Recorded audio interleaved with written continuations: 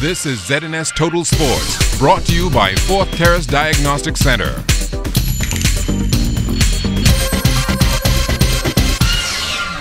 Welcome to sports, everybody. We start tonight off with some sad news. Jim Wood, the long-standing president of the Bahamas Baseball Association, passed away last night after he fell, hit his head, and never regained consciousness. Mr. Wood's contribution to the sporting community has spanned many decades, and tonight he's remembered by his son Dave, the Secretary General of the Bahamas Baseball Federation, Teddy Sweeting, and the nation's chief, Prime Minister Perry Christie. He loved sports. He loved kids. He loved teaching the sport.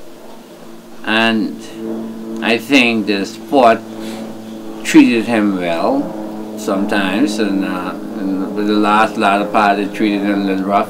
But he continued to do what he can do for the kids.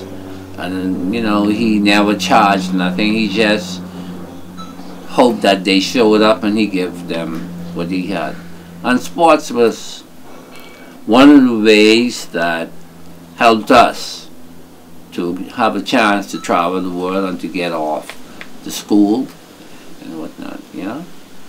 And he's going to be missed. He was a giant in the sport of baseball. No matter how you would have looked at it and how you would remember, you know, he's done a tremendous job back in the days of St. Bernard's and in all aspects. I had committed the government to putting a national stadium as soon as it can be designed and prepared in the Queen Elizabeth Sports Center, and we wanted Jim Wood to be a part of that.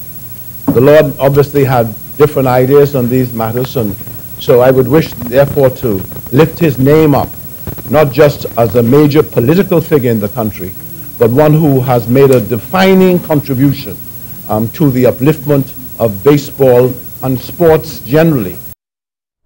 Sports Heritage Week is currently underway, and a luncheon was held this afternoon for the honorees in the National Sports Hall of Fame class of 2014. The class includes Kevin Archer, Percy Knowles, Edith Powell, Marina McLean, Donnie Martinborough, Ray Minus Sr., Harcourt Rip Roll, Fred Sturp, Danny Sumner, Frankie Sweeting, Frederick Chicken Taylor, Calvin Cooper, Norris Stubbs, Alan Jackson, Wilfred Coakley, and Bertram Musgrove.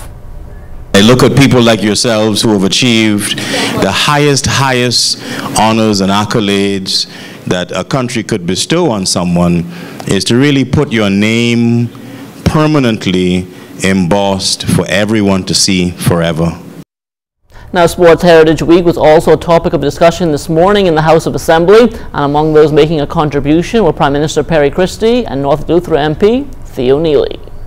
You have done a good job and a good deed for the people of the Bahamas. We're proud of you, and I just hope we do a much better job at letting the Bahamian people throughout our nation know who you are and why you're being honored. They've made the Bahamas proud on every occasion that they've went. I thank them for that, and I would like to see, in the opposition would certainly like to see more done for sports, so that when these persons go forward and represent our country, that they can be honored in doing so.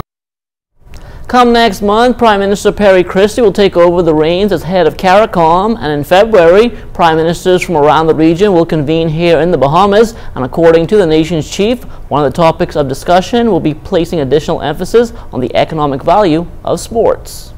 The Bahamas is in a unique position, notwithstanding its size, to ensure that we fully understand the linkages between sports in its deepest sense, culture in its deepest sense, and the economy of the Bahamas.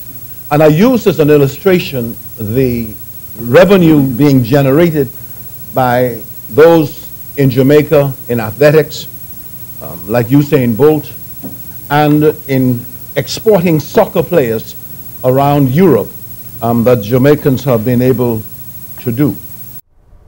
Also in the House of Assembly this morning, Sports Minister Dr. Daniel Johnson had some good news regarding the World Relays following the most recent meeting of the IAAF, which took place last month in Monaco.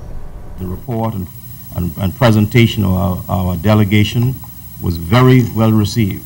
The Bahamas beat out Qatar, the United States, Canada, Kuwait, and several other countries who more than quadruple what we were prepared to put on the table. And sir, the Bahamas has been granted the first 3 installations of the World Relays 2014, 2015, and 2017 to be housed in Nassau, the Bahamas. And that will do it for sports. We'll leave you with a look at the standings from our ZNS NFL picks after Week 14.